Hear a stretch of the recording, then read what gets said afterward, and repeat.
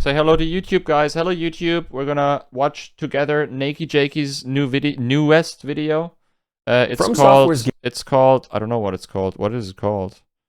It's called Fromsoftware's Game Design Changed Everything. Okay, and we're gonna watch it together, and then Chat has probably some opinions on it, and I have some opinions on it, and it's like 30 minutes long. So let's start watching. This is Nakey Jakey, guys. I hope you enjoy. Game design has had a undeniable and profound effect on not only the gaming industry, but the industry of people named Jacobs, such as myself. With the massive success of Elden Ring, Fromsoftware has further established that a merciless, uncompromising, gameplay-first design philosophy with little hand-holding or assistance can also still be a massive success. Do I always pause when I have something to say? How does this work on reactions? Like, do I pause? Oh, look, it's Miyazaki. Hey, Miyazaki, how's it going? I pause, right? Yeah. Yeah, the first time I played through Dark Souls 1 was so painful for me, not gonna lie. It was probably the most painful playthrough I had, but they got me addicted immediately. Of people will connect with and absolutely adore.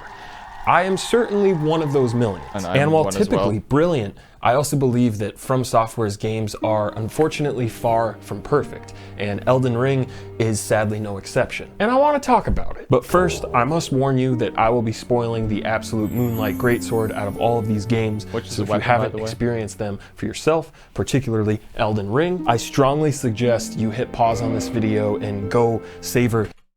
You guys want to play through Elden Ring? Do it right now. Otherwise, you will be spoiled, okay? It's one of the greatest games I've ever played. Go in, you know? Play it, please.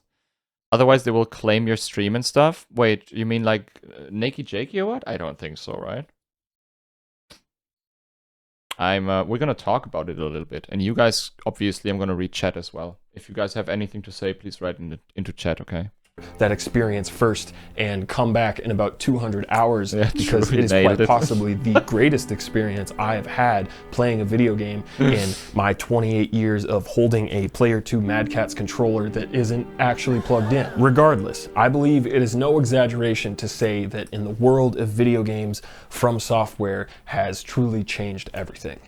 True story. At least for me. I don't know if it's the same for you guys, but for me they have changed a lot. Demon's Souls was released in 2009 for the PlayStation 3 and was nothing like other big games coming out at the time, especially in 2009. In a year where games were becoming more and more cinematic and accessible and forgiving to a casual audience.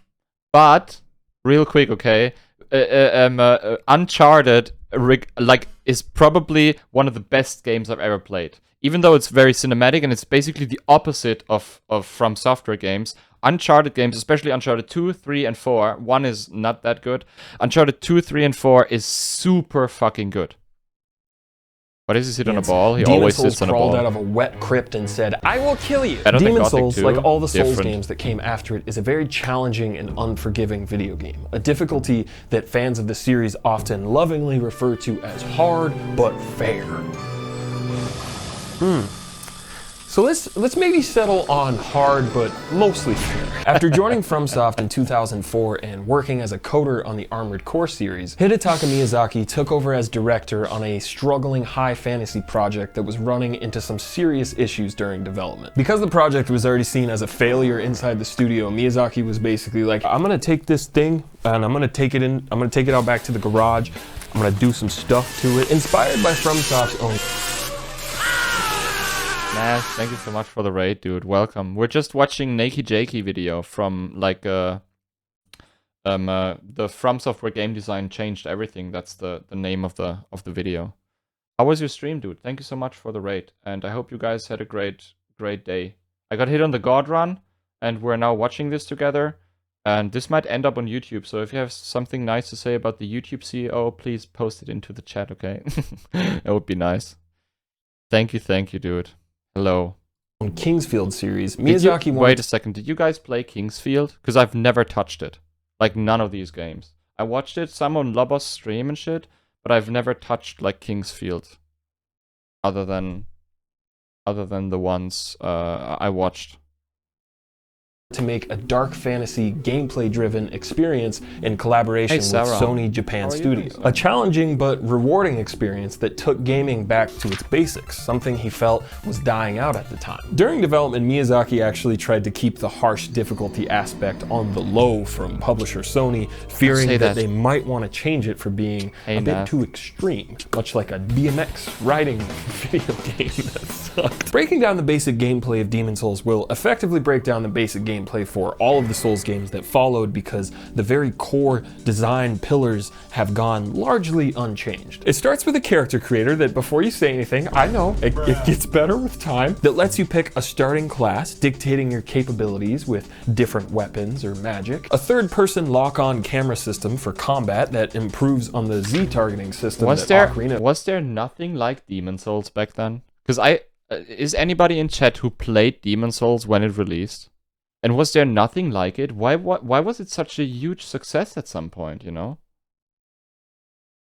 Time introduced back in 98 that you can control the camera and attack people at the same time, which was kind of a breakthrough in and of itself. Animation-based combat that requires you to commit to each action and wait until the animation finishes before you can do something else, along with managing how that action affects your stamina bar, or in the case of casting spells, your magic bar. But I didn't raise you to cast no spells. This is a Claymore household, just like my father and his father before him. A dodge roll that contains invincibility frames, or iframes, meaning that if you time your dodge right, nothing can possibly hurt you, similar to action games like Devil May Cry. Corpse running, where if you die, you drop all the currency you've racked up from killing enemies, and you gotta make it back to that spot without dying, otherwise you lose it forever. Passive and non-passive online interaction, where other players can leave helpful tips, or whatever the opposite of a helpful tip is, along with summoning or being summoned as a random cooperator to help, or invasions to either kill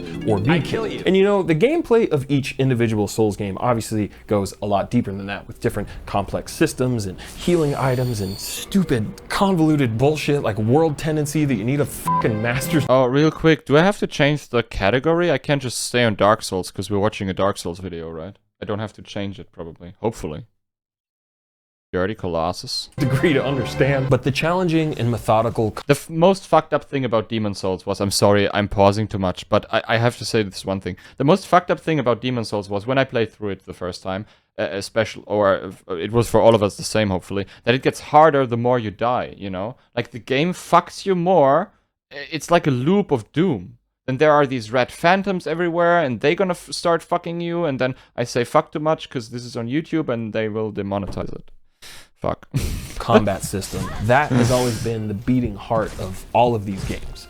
A heart that's married to another heart. Exploration. You know how in my Rockstar's game design video, I really harp on how those games constantly berate you with hyper-specific instructions and yellow map markers and assume you have the IQ of a tiny baby rat? Yeah, the Souls games do like the exact polar opposite. The tiny baby rat is now actually a boss, and you have no idea what the fuck is going on. And what makes exploration so compelling in Demon's Souls, and really all Souls games, is that it is true exploration that really makes you feel like Batman. No, it really makes you feel like an explorer. There is no detailed map that you can rely on and consult, only your own sense of direction and understanding of a space. This, along with you can rely on all Souls games, now specific instructions and yellow map markers and assume you have the IQ of a tiny baby rat. Yeah, the Souls games do like the exact polar opposite. The tiny baby rat is now actually a boss, and you have no idea what the fuck is going on. And what makes exploration so compelling in Demon's Souls, and really all Souls games, is that it is true exploration that really makes you feel like Batman. No, it really makes you feel like an explorer. There is no detailed map that you can rely on and consult, only your own sense of direction and understanding of a space. This, along with a strong challenge and an actual fear of having something to lose with the corpse running system, makes discoveries and victories feel that much more meaningful and rewarding. Because you really feel like you, the player, actually charted and conquered a space and overcame a significant challenge instead of just watching fucking Wally do it in a cutscene. The Souls games have very few cutscenes or long, unskippable passages of dialogue by NPCs or RPG conversation trees where your choice actually doesn't really matter. Instead, the story is discovered and slowly unraveled by the player through observing their environment. Like Chu, for example, hates that. Not everybody likes that, right?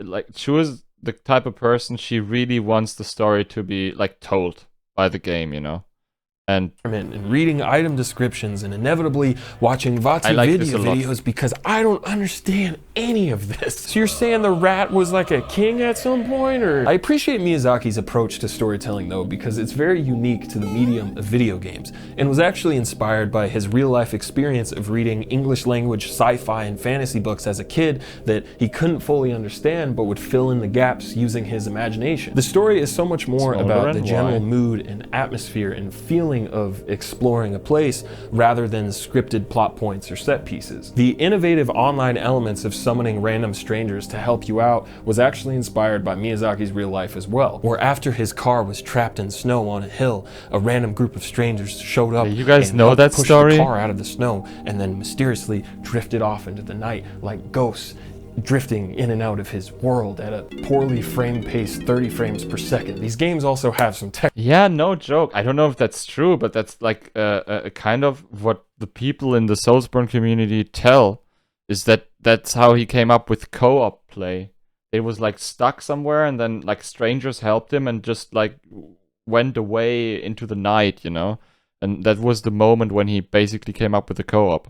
Technical issues. Demon's Souls was not an immediate success. Sony decided to not publish it in North America after feeling pretty negatively about it before its release. During the Tokyo Game Show in 2008, Sony president Shuei Yoshida played it for 2 hours, couldn't get past the starting area, and then stopped playing and said, "This is an unbelievably bad video game." This is the same guy that years later would platinum Bloodborne. That game is way harder. So spoiler alert, Fromsoftware changed everything. The titular line. It wasn't until later in 2009 when Atlas would publish the game in North America that sales would slowly start to pick up and critics would start to take notice. Western audiences generally loved it because apparently we're all sick, masochistic bastards, and GameSpot even gave it their Game of the Year, the same year that Uncharted 2 and Modern Warfare 2 came out. But along with what? Wait, what? Demon's Souls was Game of the Year next to Uncharted in the same fucking year? The same year that Uncharted 2 and Modern Warfare 2 came out. But along with establishing the core pillars of what a Souls game would be, it's important to talk about just how brave Miyazaki, Fromsoftware, and Sony Japan Studio were for making such a different kind of game. Demon's Souls was a huge risk, an imperfect, weird, brutal passion project that was expected by everyone to flop, but refused to compromise on its design goals and eventually found an audience that really connected with it. And 2 console generations later, an extremely faithful remake was published by Sony as a launch title for the PlayStation 5. And there you have it. That's it. That's the end. It's the only game they ever made. Dark Souls. What was my start, guys? Love Dark Souls. But I also hated Dark Souls. My brother Isaac had played Dark Souls sometime after its release in 2011 and had repeatedly told me to play it. I eventually finally tried it, got past the tutorial section after a lot of struggling, made it to Firelink Shrine, wandered the wrong way into a graveyard full of skeletons, as I know a lot of people did. That graveyard eventually became... Okay, this is the OG Dark Souls experience. I bet 50% of you guys who played this game ran exactly onto this, because I did it as well. Lizzie's, thank you so much for 5 months. Welcome back. I bet 50% of you guys ran into these fucking, into the graveyard and died like over and over again. You and you Rabbit, doing hello, well. dude. Much love. Can somebody link me the video? I can link it. Wait a second. How do I do this? Share, copy. This is the video we're currently watching, guys. Nakey Jakey. A dark tunnel of skeletons that there's like a lot of these types of videos. And then I promptly said F this game and stopped playing. I can't remember for what exact reason, but a year or two later, I tried the game again, probably because of my brother's insistence, once again, the bastard he is, and it was different. This time it stuck. Not only did it stick, but it seriously changed my life. I know that sounds super dramatic, but like it completely changed the way I look at video games and why I like to play them. For me as well. I think for me as well. And examine. But it in a different way for me, because I started like this got the snowball rolling for me. You know, I started like watching more and more Dark Souls content. I started like Deathless running. I started No Hit running. That was got the ball rolling for me, kind of. So I guess it changed my life as well in a very positive way. And it absolutely ruined most other video games for me, because once I finished it, nothing could fill the giant rat boss in my heart. Now, if I were to go into all of the reasons why Dark Souls is so significant in gaming history, we would be here all day and my editor would absolutely hate that. I am going to kill you. But on my road to eventually talking about Elden Ring, I do need to touch on 3 crucial aspects that vastly improved on Demon Souls game design. Super Exploration DX Turbo Edition with f***les. Estus Flask, I hardly know her as best as I can. And Atmosphere, you've been seen. I feel you inside my screen. I also didn't like that. What I mean by Super Exploration DX Turbo Edition with f***les is that Dark Souls fundamentally changed how level design and world design worked within this. Best world design, Dark Souls 1. By a mile. Okay, Elden Ring is obviously open world. I said that earlier already, but this is just so much better. Like the interconnectivity of this world is just top notch. A 10 out of 10. I can't think of a game that is as good as Dark Souls 1 interconnectivity. Maybe Hollow Knight. This gameplay formula that Demon Souls established. While Demon Holes over here had a hub world that let you freely fast travel to different zones of varying locales and difficulty levels, Dark Souls over here took a lot of its zones and stacked them on top of each other like a stack of pancakes, and made sure that even if some pancakes have chocolate chips or some pancakes have bananas, that they all seamlessly flow into each other and make sense as one cohesive world in this beautiful interconnected short stack of pancakes. Blighttown is like a pancake made out of pigeons.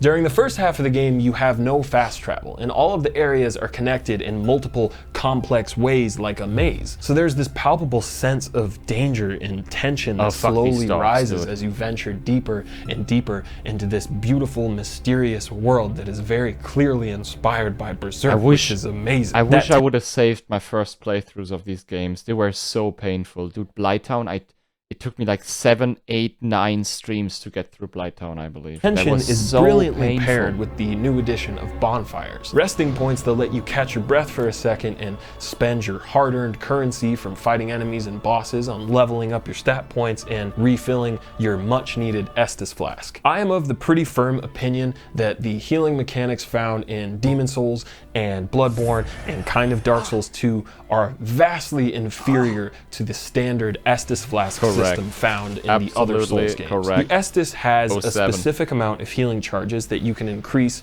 throughout the course of the game, and the only way to refill your charges is by resting at a bonfire, which also respawns all enemies in the area. Not only does this provide an extra incentive to seek out and discover bonfires and push on while exploring, but it solves the dumbass problem those other games have where your healing items are a finite currency that you can run out of. Meaning that if you're struggling with the game and you keep dying, and you will likely have to halt progression just to go grind mobs of weaker enemies for healing items or currency that you can then spend on healing items and not leveling up, which feels so unnecessarily punishing in a game where enemies do this to you. With the Estus, you at least know that for the next bit you have a guaranteed specific amount of heals, and much like a survival horror game, the goal is to get to the next area using as little Estes as bestes you can.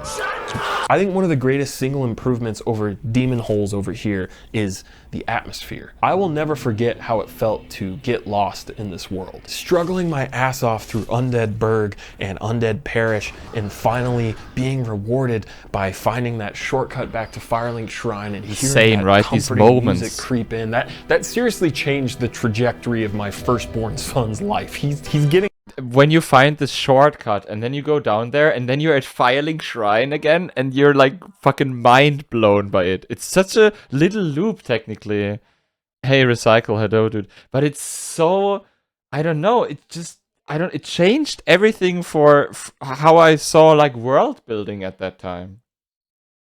Into brown now. Journeying all the way down to first the depths, and then Blight Town, and then finding the entrance that's a secret to the Great Hollow, and making my way down that, and finally ending up at Ash Lake gave me a feeling that I will forever cherish. The inability to easily fast travel back up to Firelink Shrine after I journeyed all the way down there simultaneously had me terrified and also in complete awe of the vertical scope of this world. And there's so much of this game that you can just completely miss. Fromsoftware doesn't care if every player sees all of the content that they made for this game, and that makes finding the stuff that you do find feel that much more special and memorable. I know it's just all smoke and mirrors and code and texture. Do I have to, like, if we do this more often, like if DS1 level design was so mind-blowing. If we find some other really good videos to react to or something, you know, and if we would do this more often, it was mind-blowing indeed, you're right. Should I mute alerts for those moments when we watch something? Yeah, and if you go down before you... Yeah, okay, I'm gonna do it for the next time, okay? If you go down there and you haven't beaten ONS and you can't fast travel, you have to walk all the way back up. Aragorn high. Yeah, I'm gonna do it for the next time. I promise, illusion that Fromsoftware sells here is a powerful one. Except for some clearly unfinished areas towards the end of the game, but those don't exist. You made Lost Izalith up. Gaslight, gaslight, gaslight. Unlike Demon Souls, Dark Souls was a pretty instant success. Critics loved it, and the game reached a much larger audience right off the bat, thanks to Bandai Namco publishing it all over the world on PS3 and Xbox 360 and PC, with one of the most janky PC ports to ever exist. Shout out Games for Windows Live, RIP. This also annoyingly led to so many industry heads resorting to the phrases, "It's like Dark Souls," or "This is the Dark Souls of blank," when in reality, all they're trying to say is that it's hard. Going to Arby's is like the Dark Souls of going to Carl's Jr. Hollow Knight is very clearly inspired by FromSoftware's approach, and if you didn't play Hollow Knight, play Hollow Knight. This is probably, when it comes down to interconnectivity and world building, one of the best games I've ever played as well. This is insanely well made, and it's like $15. You spend $15 on one of the best video games that has ever been made. That game is undoubtedly the greatest Metroidvania ever made. I fucking love Hollow Knight. Primarily because it perfected a design aspect from Dark Souls 1 that FromSoftware themselves kind of started to abandon with subsequent Souls games. Non-linear exploration. Shut up already! Jesus, that guy loves to talk. Hi, I'm Jakey Jakey and Jakey, attorneys at law. Here at Jakey Jakey and Jakey, we have a lot of expenses. And a lot of those expenses are monthly subscriptions that we totally forget we're even much more straightforward progression path. Loading rake with this guy. This guy never even beat Digimon World 2. That's a real Souls game. I'm out of here. Dark Souls 2 Blood. You guys want to see it or what? Or should we watch it because we watched the video? It's a funny ad? No? Okay, then I'm gonna watch it if it's funny. Already! Jesus, that guy loves to talk. Hi, I'm Jakey Jakey and Jakey, attorneys at law. Here at Jakey Jakey and Jakey, we have a lot of expenses. And a lot of those expenses are monthly subscriptions that we totally forget we're even paying for. Well, today's sponsor, Rocket Money, is here to help. Rocket Money is an all-in-one finance platform that helps you save more and spend less. This personal finance nobody has that, allows right? you to manage subscriptions, lower bills, build a custom custom budget, and grow your savings all in one place. We personally use it to identify and securely cancel recurring charges or unwanted subscriptions, all with the simple tap of a finger, which is a godsend for the social anxiety of having to actually call people on the phone to cancel stuff. What is this, fucking 1882 Columbus sailed the oceans 11? We also use it to track our monthly spending and set budgets. Rocket Money notifies us if we exceed that budget, along with showing our spend to earn ratio every month, quarter, or year. Also, if you're like us and gonna turn 29 this year, maybe you're starting to pay a little bit more attention to your credit score. Well, Rocket Money alerts you of important changes to your score and also offers you insights on ways you could improve your score as well. To save more and spend less, join the 3.4 million members using Rocket Money. We've got the hookup. Go to rocketmoney.com/Nakey Jakey or click the link in the description to get started for free or unlock even more features with premium. That's rocketmoney.com/Nakey Jakey to get started for free. Get your money right! Alright, now let's get on back to Naked Jake in the curious case of the floating rake. With this guy never even beat Digimon World 2. That's a real Souls game. I'm out of here. Dark Souls 2, Bloodborne, and Dark Souls 3 all have much more straightforward progression paths. How do you usually do this on reactions? Do you watch advertisement of these videos? Because, like, the reason would be, at least my reason would be, that these guys put a lot of effort into making these videos, and maybe we should watch them because I don't do shit other than watching them with you guys, you know? And it might be fair to watch the advertisement because that maybe leads to, you know, some people going over there and using their code or whatever. You know? Than the first half of Dark Souls 1. And while a lot of areas in these games polite. are I can technically totally connected and sometimes offer alternate paths, we're gonna watch the it general world that's design fair. is far less interesting from a exploration point of view. True, it doesn't mean that unfortunately, Dark Souls 3 has the best boss fights and such a great gameplay, and the world design is just not as good as Dark Souls 1, right? It's still good, of course, but it's just not as good as Dark Souls 1. Games are bad. All of these games probably each deserve their own 40-minute feature presentation breaking them down, but for the sake of what I want to get into today, I'm just going to give you the Spark Notes version. Dark Souls 2 dropped in 2014 and was received well and sold well. It further grew the Souls game community and deepened combat systems while adding stuff like power stancing. Miyazaki didn't direct this one, and it does show. The atmosphere of each zone feels a bit random and unconnected from the overall world, but the boss fights and DLCs are great, and the game enjoyed a large online community for shit like PvP. Bloodborne was developed alongside Dark Souls 2 and was released exclusively for the PS4 in 2015, and I used money from a car accident to buy a PS4 and Bloodborne instead of paying my rent, and contrary to what my financial advisors might be saying, and Logan Roy looking ass, I'd say it was a wise investment. Directed by Miyazaki, Bloodborne felt like the true follow-up to Dark Souls 1. At least for people like me that just want to swing a big sword and fucking parry everything. Bye-bye magic. The parrying on Bloodborne was so good, right? Like I like the parrying system on Bloodborne with the gun more than I like the one on Dark Souls. Obviously, it's still inferior compared to Sekiro, but the gun parries were so dope, dude. I really enjoyed this. Fucking Waverly Place. Faster combat that rewards aggressive play, intricate and varied weapon movesets, an atmosphere that just drips out of your TV with such dedicated attention to detail and talent in the art design department and rats. Dark Souls 3 dropped in 2016, and by this point the Souls series was poppin' and beloved by many people. Directed once again by Miyazaki, DS3 did everything right on paper. It kept some of the faster paced combat and f***ed up enemy designs and boss transformations from Bloodborne, while also returning an expansive armory of weapons and magic, lending to a buttload of different kinds of builds. It has a large amount of fan service and callbacks to Dark Souls 1 and some of the hardest bosses seen in a Souls game yet. It also just feels really, really good to play and looks beautiful, but also, something about this formula was starting to feel just a little bit stale. Don't get me wrong, playing through Dark Souls 3, especially doing co-op boss fights with my brother, was some of the most fun I've had in... Nakey Jakey. Fromsoftware's game design changed everything. You guys can repost any of these. You guys feel free to repost the strong link sense and chat of yourself, exploration felt in Dark Souls 1, that feeling of charting your way through a mysterious and dangerous world. I longed for that. The Dark Souls series had completely shaken the game industry and clearly inspired other developers to change how their games were designed and played. But playing Dark Souls 3 felt a bit like listening to Fromsoftware's greatest hits versus hearing the band's new album that would maybe take them someplace new. Little did I know, Fromsoftware was in the studio working on their In Rainbows, as in the album In Rainbows by Radiohead, Thank you very much. as in Radiohead's best album, as in Elden Ring. Post it on Discord, Axe. We can like watch it maybe in the next couple of days. Some of you might be wondering, Jacob Matthew, Elden Ring. why did it take you so long to make a video on Elden Ring?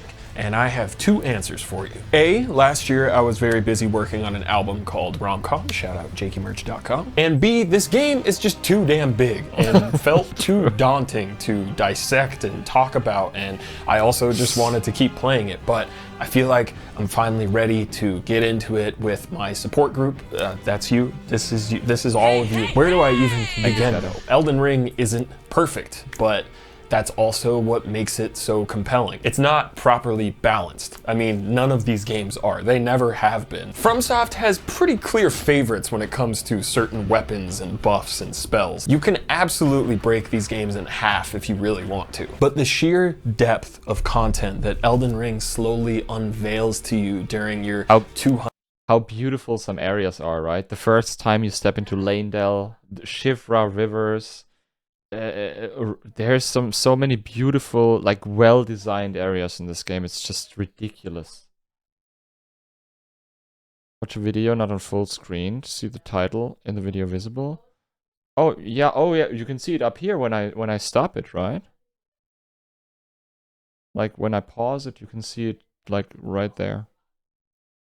100 or so hours of playing it. The childhood fantasy of exploring a fantastical, magical world filled with swords and beasts and, you guessed it, rats, is fully manifested in a way that knows no contemporary. There is no other Elden Ring than Elden Ring. This isn't just the Dark Souls of Dark Souls. This is the Dark Souls of Breath of the Wild. This is the Dark Souls of Red Dead Redemption 2. If you took a time machine back to 2003 and showed my wooden sword in the backyard swinging ass that this is what was coming in the future, I would have shot you in the head and called the cops. Elden Ring is truly the adventure of a lifetime. But because I've already spent so much time... What? That was so random.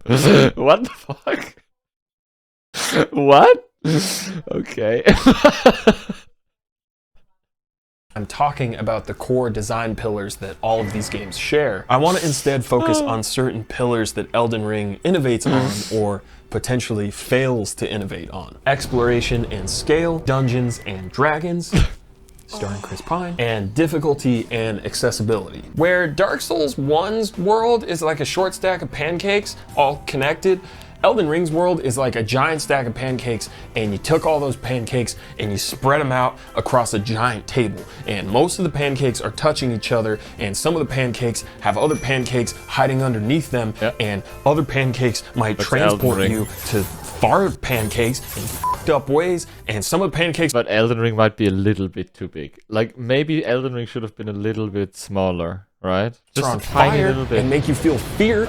I don't want to be in this Denny's anymore. Let me out! Miyazaki has stated that Elden Ring is the closest thing to his ideal game that he would personally like to play, and that going open world enriches this ideal experience that he's trying to achieve. A game where if you saw something over there, you could actually go over there. A game that isn't open world just to be in the same category as some bloated Ubisoft bullshit, but a game that's open world because it needs to be. In order to fully capture the fantasy of being an adventurer in a giant world, riding across a vast landscape on your trusty steed, you first need to have that vast landscape to really nail that feeling. Elden Ring was inspired by Breath of the Wild, and it very clearly shows, because... But then, if you have that opinion, then Breath of the Wild would also be empty, right? Like, you can't say Elden Ring is empty without saying Breath of the Wild is either.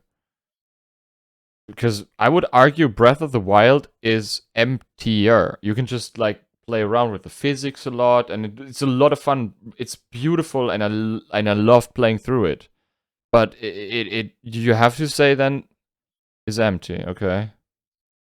Elden Ring doesn't feel too empty.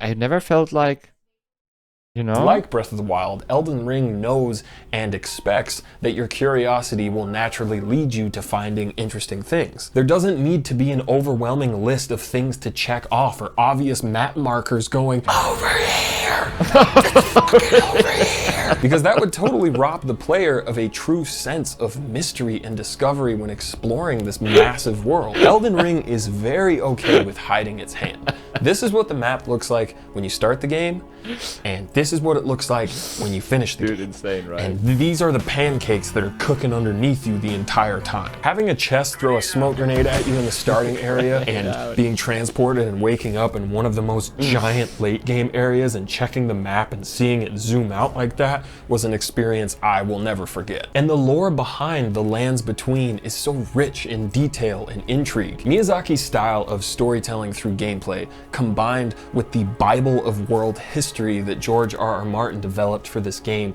will leave an MF feeling like goddamn Amy Adams, as in downright enchanted. I know I haven't mentioned Sekiro once in this video because it's technically not a Souls game, but it was a crucial stepping stone towards Elden Ring's development. The addition of a dedicated jump button may sound like a simple thing, but it completely... Okay, this might be a hot take, but Sekiro it's not a Souls-like, but it has a better combat system that every single, or different, for me it's a little better because it's more precise, and if you challenge run it, it feels like no other game. It just feels like cooler somehow. I don't know how to explain it. It feels super dope. Yo, Dr. Faladrin, hello. Too much time to search in a corner in Elden Ring. Yeah, I know, right? We all did that. But it's not a Souls game. A Souls-like changes combat and the way you navigate this world. Exploring the lands between over like 200 hours rivaled the experience I had exploring the first half of Dark Souls 1. They both hit really hard, but for different reasons. The first half of Dark Souls 1 hits hard because of a lack of a fast travel safety net, meaning you become very intimate with your surroundings and the world design nearly suffocates you with its complexity. It suffocates in a good way. Elden Ring hits hard not only because it marks the return of multiple areas connecting to each other with a very non-linear path of progression, but because of just the sheer scale of the world. But because the sheer scale and intrigue of always wanting to see what's around the next corner is such a big part of this experience, much like Breath of the Wild, the game won't ever hit quite as hard on subsequent playthroughs because that main draw of discovery is no longer there. This doesn't mean you shouldn't play multiple playthroughs of this game because, oh my god, weapons and spells and armor sets and Ashes of War and summoning salt videos, quest lines that you can super easily miss, and you will because they're super convoluted and hard to follow. You should definitely play the game a second time. But I will say that on my second playthrough, I definitely wasn't as eager to revisit all of the content once I knew. It's so random sometimes, right? It's so stupid. What was exactly around every corner. Elden Ring has a massive amount of unique and amazing content to experience. But there's also some super not amazing content in there too. In Joseph Anderson's review, which is great by the way, he talks about how amazing his first fight with a dragon was. And I completely agree, that first... Okay, and now he's going to talk about the repetitive boss fights. 100%. Like what we were talking about earlier, right?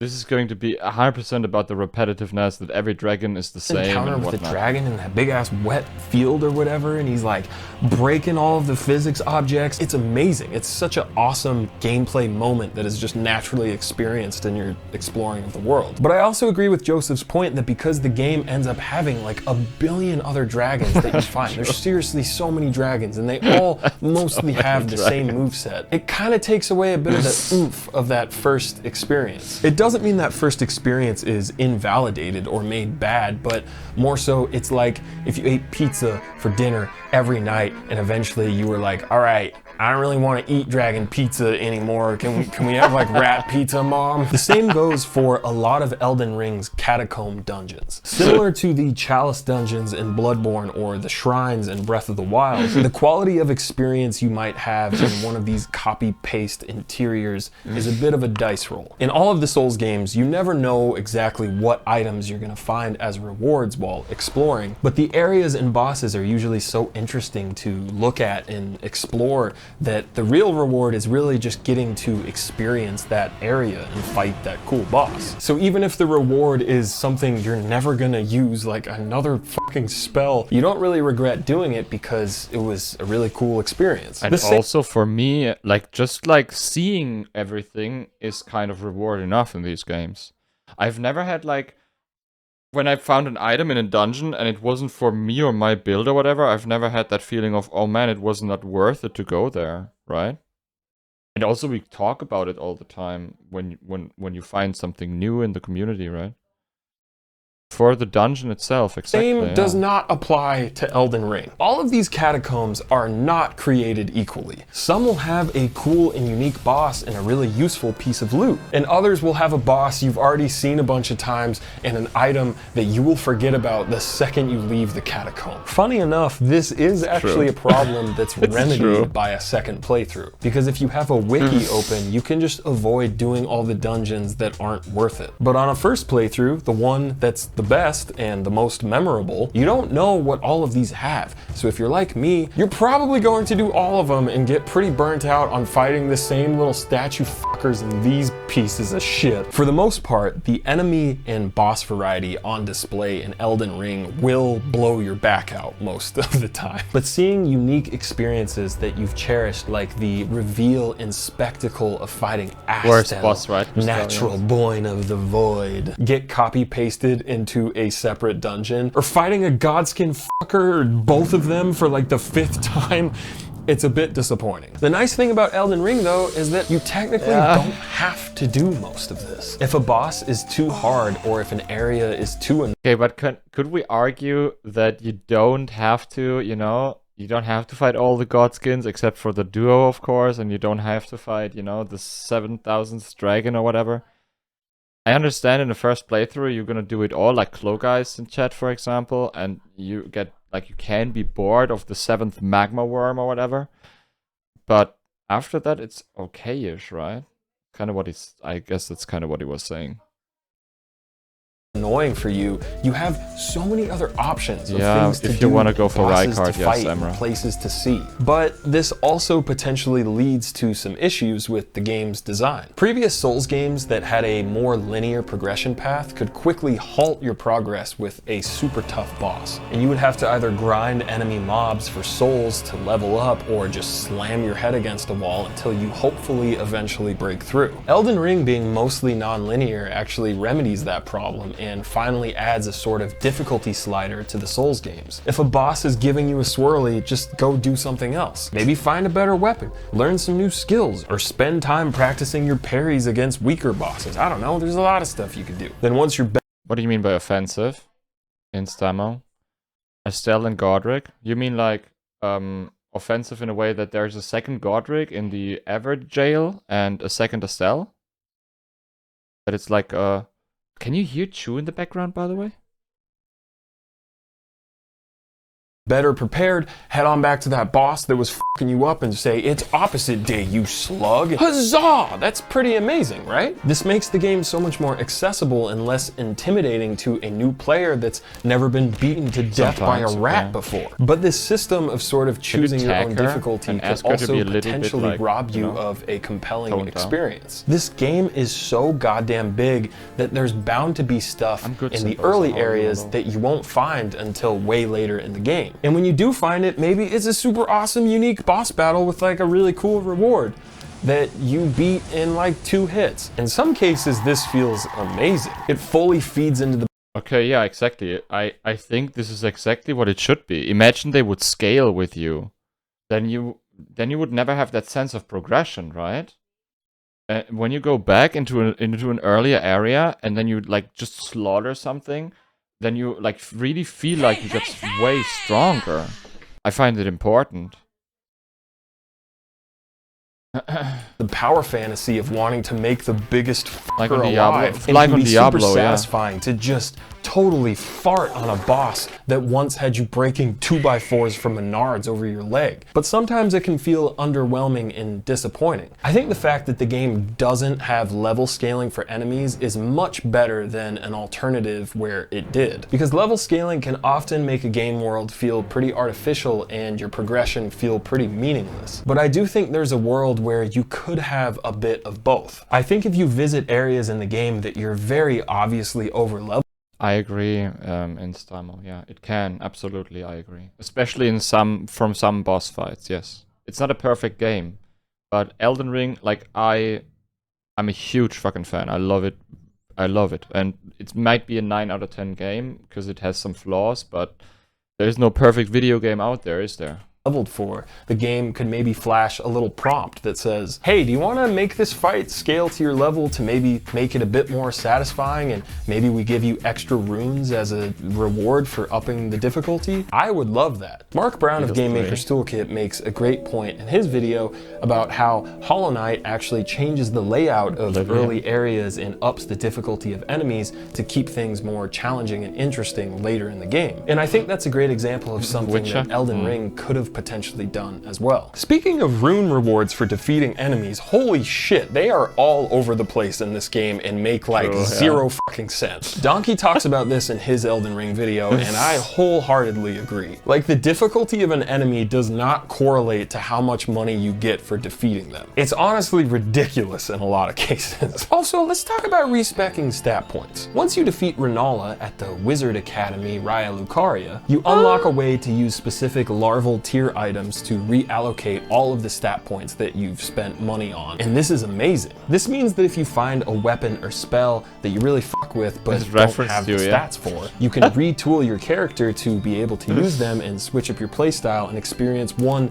of the many amazing builds that you can do in this game. So why the fuck can't you do the same thing with weapons? Elden Ring offers no way of transferring or respecking weapon upgrades from one weapon to another, and it makes zero fucking sense to me. You find so many fucking cool weapons in this game. That is actually a great idea. Holy shit. Imagine you could do that. You could transfer like the +10 from one weapon to another, so you don't have to buy like Somberstone, or you don't... Dude, this is insane. This is actually a super good idea. It is a total pain in the ass to make switching to them actually viable. Yes, you can find the smithing bells that let you buy an unlimited amount of upgrade resources from the merchant, but A, what if you don't find some of those bells on your first playthrough where you're not looking stuff up? And B, I don't understand what the harm would be in letting you get back some of your upgrade resources from a weapon if it meant that that weapon went back to its base level. I like this. Right? You would be so much more excited to find shit, even if it's something out of your typical wheelhouse. The Resident Evil 4 remake, which is fantastic, by the way. I talk about it on my second channel, Nakey. Like, subscribe, rate, comment, 5 stars. Lets you sell weapons you've upgraded back to the merchant, and you get most of the money that you've put into upgrading that. Yo, Zuka, thank you so much for the reset with Amarillo, dude. Welcome back. For the next one, I guess I'm gonna stay carrot. Yeah, I hope so. Thank you very much, Zuka. That's very kind, dude. I appreciate it a lot. That weapon, which is amazing. So why can't Elden Ring have the same thing? Another thing that can feel so ass backwards and outdated are the NPC side quests and how you progress them. These games have always had super convoluted NPC side quests, and I know it's partly because Miyazaki knows that with the internet, everyone's gonna get together and figure it out so you can afford to make it complicated and whatever. I get that. But I still think that some of these more basic ones should be doable by just using your common sense. It's one thing to have NPCs not... You're right, Sif. You're right, dude. But like, it would just make it more convenient, you know? It's just for convenience, I believe. I mean, these games are not known for convenience, but maybe some things could be changed in a way that more players, I don't know, would have like enjoyed different weapons in one playthrough, for example. I used like one basically weapon throughout my first playthrough, and I didn't change that weapon at all. Almost. Progress their dialogue or do something until you go rest or leave the area when it's a smaller, more linear game. But it's an entirely different thing to have that same bullshit in a massive open world game where people are supposed to move around from place to place, but will never do it while you're watching them. So you gotta go rest at a bonfire and then wait, no, wait, I messed up. You gotta rest again to load the guy in because it's not nighttime if you rested and then died and then came back. Like, what the fuck? I went where the fucker told me to. Why does this require so many other extra unseen steps? I only bitch and moan about this because the writing and voice acting in this game is so good, like so heartbreakingly good. And you're right, yes. Isn't there not another game where you can level up? Oh, Dark Souls 1, you can level up on the bonfire. Right? You can level up on any bonfire on DS1. Because the storytelling and lore bits are so few and far between, you'll fucking chase after whatever scraps you can find. But at the end of the day, I make these videos to criticize the things that I love. Video games. I love them so very much. And I love Elden Ring more than most other video games. I am so eternally grateful to be alive in the same timeline that Fromsoftware is cranking out games of this quality. Elden Ring is not only a continuation of the Dark Souls franchise, it is an evolution of Fromsoftware's trailblazing game design. A design that I think defined the last 10 years of gaming, and with Elden Ring could very well define the next 10 years of gaming as well. A massive journey with some of the most beautiful vistas I've seen since Windows Vista, and some of the most challenging, grueling bosses that I have taken on and overcome since Windows Vista. Thank you to Hidetaka Miyazaki and Fromsoftware for taking a chance with Demon's Souls. Sir. Thank you for making some of my favorite games ever made. And thank you for watching this video. Thank you for making this video, Mr. Jakey, sir. Sure, thank you very much for the follow, my friend. Thanks a lot. Man, that was a good video, right? Claps for Nakey Jakey. And there's the giant rat, baby. Claps for Nakey Jakey, guys. That was a fantastic fucking video. Did you guys enjoy this? Can I ask you that? And if you're watching this on YouTube, maybe, thank you for watching. Kisses. Please subscribe.